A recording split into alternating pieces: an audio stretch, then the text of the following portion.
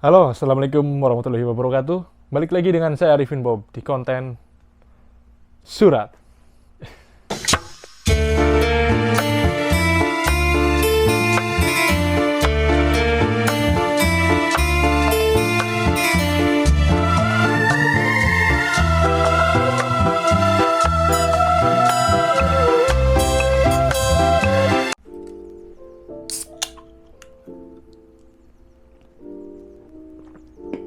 Balik lagi dengan saya Arifin Bob di konten Surat.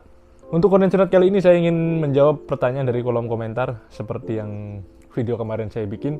Kalau ada pertanyaan yang menarik, pertanyaan yang sangat random, bakalan saya bahas di konten Surat. Untuk kalian yang baru nonton di konten Surat ini, saya ingin mengasih tahu kepada kalian bahwa konten Surat selalu membahas hal-hal yang nggak pernah dibahas. Jadi mohon maaf banget kalau kalian mencari hal-hal yang menurut kalian umum, mungkin di konten Surat ini jarang dibahas. Karena di konten Surat selalu membahas hal-hal yang bener-bener jarang banget dibahas di konten dan di channel lain. Udah nggak usah lama-lama, kita langsung ke pertanyaannya saja. Untuk pertanyaan yang pertama, ini dari Mas Diraksid 06. Mas, saya keterima job Tobi magang di Saitama, gaji bersih sekitar 17-18 dan senpai ada 12 orang. Apakah worth it, Bang? Untuk magang, terutama di pekerjaan Tobi, dengan gaji bersih 17-18 itu udah termasuk besar banget. Karena yang saya tahu, magang itu besar-besarnya di angka 14. Kalau udah 17-18, berarti itu udah besar banget untuk magang ya. Kalau ditanya masalah worth it apa enggak, dalam apanya ini? Dalam gajinya, apa dalam pekerjaannya? Apa dalam capeknya bekerja sama upah yang diberikan? Worth it dari mananya nih? Kalau dari sisi pekerjaan, kembali lagi ke kalian semua. Kalau memang kalian tahan banting, tahan mental, tahan segalanya, kalian sudah tebel, kayak badak, kayak kulit badak ya. Ya worth it aja. Oke-oke aja pekerjaan Tobi dengan gaji segitu. Jadi balik lagi lah ke kalian semua. Terutama yang tanya, balik lagi ke masnya gimana. Kalau masnya memang tenaganya kuat, fisiknya kuat, terutama mentalnya kuat banget, ya sudah worth it banget sih. Apalagi udah ada senpainya di situ, ada 12 orang. Jadi bisa membantu dalam bahasa ataupun dalam bekerja. Mungkin itu saja jawaban untuk Mas, ini susah banget tulisannya, Draksid 06 ya. Mudah-mudahan mengerti jawaban dari saya. Nah, ada pertanyaan lagi dari, ini selalu tanya nih orang ini nih.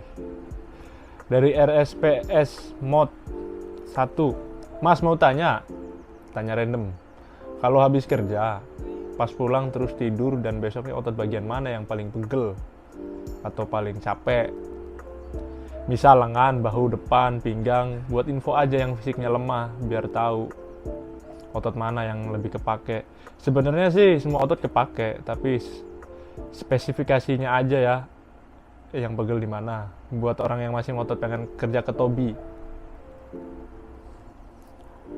Jadi kalau untuk pertanyaan ini pertanyaan bagian mana yang pegelnya kerja di Tobi. Kalau yang lebih dominan sebenarnya di pinggang. Karena kerja Tobi itu memang capek semua ya. Dari atas sampai bawah nih capek semua. Gimana nggak capek kan? Kita ngangkat barang, kita juga naik turun tangga, ya kaki ya badan kena semua ya. Cuman yang lebih sering dialami oleh semua pekerja Tobi itu pinggang. Hampir semuanya, bukan hampir semuanya sih, hampir yang kerja Tobi pasti yang kena pinggang. Jadi hati-hati juga buat kalian yang pengen masuk ke Tobi, kalau ngangkat barang yang berat, jangan sampai ngambil apapun ya barang-barang berat, kalian sambil nunduk. Jangan. Kalau bisa sambil nongkrong aja, ambil barang-barang yang berat sambil nongkrong. Jangan sambil nungging, apalagi barangnya berat. Itu biasanya larinya ke pinggang. Pinggangnya bakalan sakit. Jadi mungkin itu saja jawaban dari saya untuk pertanyaan bagian mana nih yang capek kalau kerja di Tobi. Kalau yang lain mungkin bisa diatasi lah ya. Dengan tidur juga bakalan sembuh. Pinggang tuh ya kalau terus-terusan dilakuin ya tetap sakit terus. Karena pinggang ini ya mesti bener-bener diistirahatin ya. Entah seminggu gitu. Jadi kalau masih terus-terusan dilakuin ya nggak tahu gimana cara ngebenerinnya kalau pinggang. Nggak tahu, mungkin ke tukang kretek kali ya. Nah, terus ada pertanyaan lagi dari Yumegao Waranai. Ini pertanyaannya kayak gini, Bang mau tanya, kalau udah bener-bener semisal dari orang Jepangnya memperlakuin kita keterlaluan, terus kita udah di ambang batas kesabaran, kalau kita ngelawan kayak ngancem gak akan segan-segan mukul gitu, boleh nggak? Sama menyesuaikan Bang Bob, nyesuaiin logat Kansai itu perkiraan butuh berapa bulan sampai bener-bener fasih? Terima kasih. Sebenarnya ini udah sempat saya bikinin konten ya di konten-konten sebelumnya. Cuman mungkin belum terlalu detail banget ya. Jadi untuk pertanyaan ini mungkin bisa mewakili kalian semua yang di Jepang kesel banget sama orang Jepangnya, nggak bisa nahan sabar, udah kesel lah, pengen mukul aja tuh bawaannya kalau ngeliat orang Jepang. Nah jadi kalau kalian udah habis kesabarannya, kalian udah di ambang batas kesabaran gitu ya, apakah boleh mengancam, boleh memukul? Boleh, cuman ya ada resikonya gitu.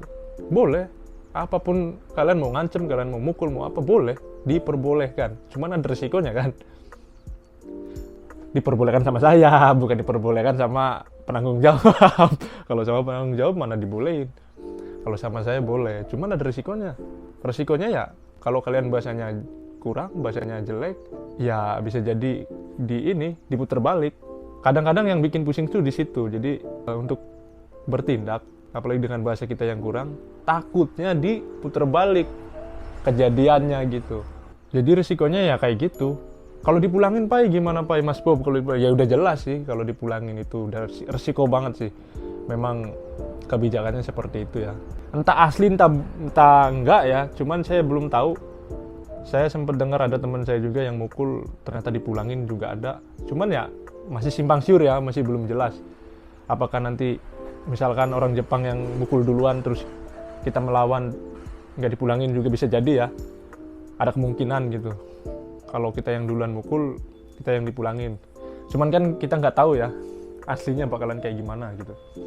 Apalagi ya kita juga hidup di negara mereka, di negara Jepang kan. Otomatis bahasa yang mereka pakai jauh lebih enak untuk memperjelaskan permasalahan yang terjadi waktu kerja. Entah kita pukul-pukulan sama dia kan, kita kan jelasin ke Kumi aja pakai bahasa Indonesia. Si dia juga pakai bahasa Jepang, ujung-ujungnya apa? Nggak ada ujungnya ya dipulangin gitu. Bisa jadi kayak gitu. Nggak ada yang mau ngalang, nggak ada yang mau jujur kan. Siapa sebenarnya dalam kerusuhannya?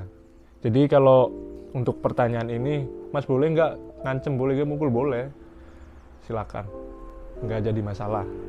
Cuman ya resikonya tadi, kalian juga harus memikirkan resikonya, bakalan kayak gimana. Terus untuk penyesuaian logat Kansai, untuk saya sendiri sih sampai sekarang masih belajar ya logat Kansai.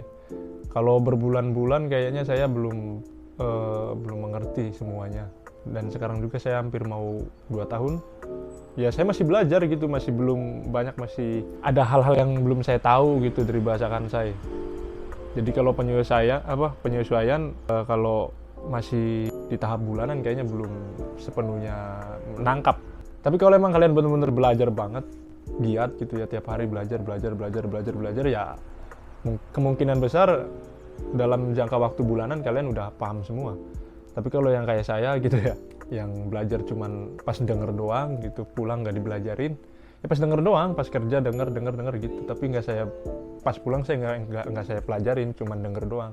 Tiap hari denger ya, akhirnya hafal sendiri. Jadi untuk logat Kansai sampai sekarang saya masih belajar ya. Jadi saya belum tahu apa sih nyesuaiin logat Kansai itu perkiraannya butuh berapa lama, saya belum tahu. Karena sampai sekarang saya masih belajar. Ya mungkin itu saja jawaban dari saya. Buat kalian yang ada pertanyaan silakan tanyakan saja di kolom komentar. Insya Allah nanti saya jawab. Kebetulan karena sekarang saya nggak sibuk, saya bikinin konten untuk kalian semua. Jadi buat kalian yang malu bisa tanya juga di chat ya. Udah ada linknya di bawah kan. Link halaman Facebook saya untuk kalian semua yang malu komen di YouTube saya atau pengen tanya-tanya soal hal-hal yang berbau sensitif juga bisa langsung ke chat aja. Yaudah, mudah-mudahan bermanfaat, mudah-mudahan kalian mengerti semua tanggapan dari saya, jawaban dari saya, dari semua yang tanya ke saya ya. Dan saya ingatkan kembali buat kalian semua yang punya pertanyaan atau punya masukan, punya kritikan untuk saya, silakan di kolom komentar aja. Dan ingat, kalau pertanyaan kalian menarik, bakalan saya bikinin konten. Kalau nggak menarik, seperti video-video sebelumnya, selalu saya kasih tahu ke kalian. Kalau nggak menarik, ya begitulah.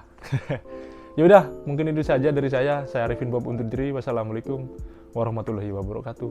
Salam Wong Reang.